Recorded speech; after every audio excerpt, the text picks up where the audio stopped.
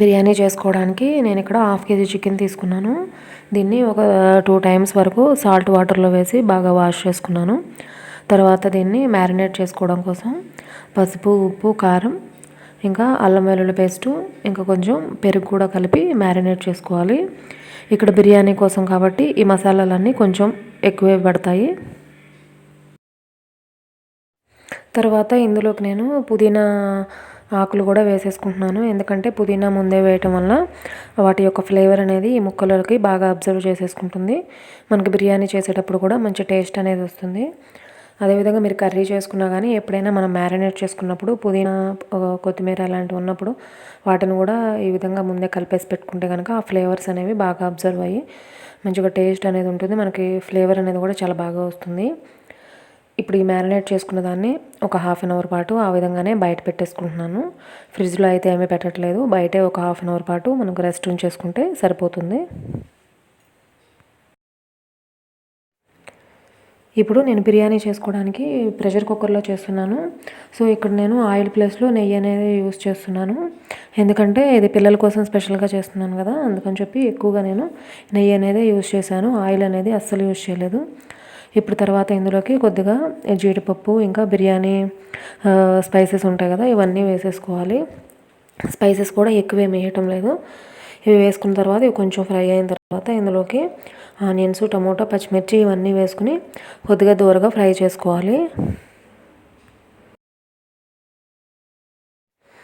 Oil ప్లేస్లో గీ అనేది use చేస్తూ ఉంటే పిల్లలకు కూడా వాళ్ళ హెల్త్కి మంచిది. ఎక్కువగా పిల్లలకి ఏమైనా మనం చేసి పెట్టాల్సి వచ్చినప్పుడు రైస్ ఐటమ్స్ అయినా కానీ ఇలా బిర్యానీస్ అయినా కానీ ఆయిల్ ప్లేస్లో నెయ్యి అనేది యూస్ చేస్తూ ఉండండి. ఈ విధంగా చేయటం వల్ల వాళ్ళ హెల్త్కి కూడా చాలా మంచిది. ఇప్పుడు ఇంకా ఇవన్నీ ఫ్రై చేసుకున్నాం కదా, తర్వాత అందులోకి కొద్దిగా అల్లం వెల్లుల్లి పేస్ట్ కూడా వేసుకుంటున్నాను. కొంచెం తక్కువే వేసుకుంటున్నాను, ఎందుకంటే మ్యారినేట్ చేసినప్పుడు కొద్దిగా ఎక్కువే వేసాను కదా. సో ఇప్పుడు అల్లం పేస్ట్ అనేది కొంచెం తక్కువగా వేసుకుంటున్నాను.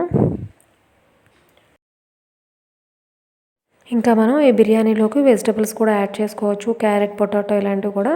కాకపోతే నేను చికెన్ యాడ్ చేస్తున్నాను కాబట్టి ఇన్ని రకాల వెజిటబుల్స్ అనేవి ఏమీ యాడ్ చేయడం లేదు. ఇప్పుడు ఇది కొంచెం ఫ్రై అయిపోయిన తర్వాత మనం ముందుగా మ్యారినేట్ చేసుకున్నాం కదా ఆ చికెన్ని దీంట్లో వేసేసుకుంటే సరిపోతుంది. చికెన్ వేసుకున్న తర్వాత కూడా ఒక 5-10 నిమిషాల వరకు బాగా కుక్ చేసుకోవాలి. ఈ విధంగా మనం రైస్ వేసే ముందే ఆల్మోస్ట్ చికెన్ అనేది కుక్ అయిపోయిన తర్వాత రైస్ వేసుకుంటే మంచిది. పిల్లలకి పెట్టేటప్పుడు ఎప్పుడైనా కానీ చికెన్ ఇలాంటివి బాగా కుక్ చేసుకునే పెట్టాలి.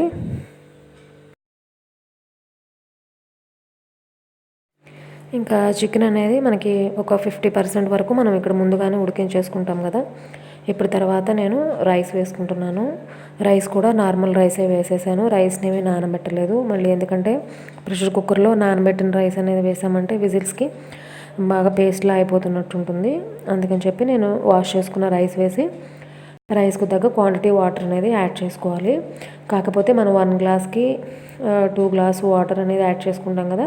ఇప్పుడు చికెన్ పీసెస్ కూడా ఉన్నాయి కాబట్టి 2 అనేది ఎగ్జాక్ట్గా పోసుకోవాలి.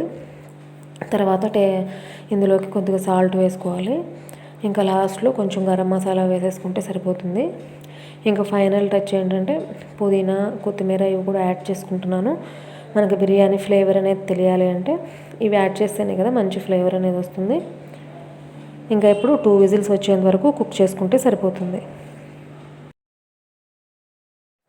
ఈ వీడియో మీకు నచ్చినట్టయితే లైక్ చేయండి, షేర్ చేయండి, నా ఛానల్ని సబ్స్క్రైబ్ చేయండి.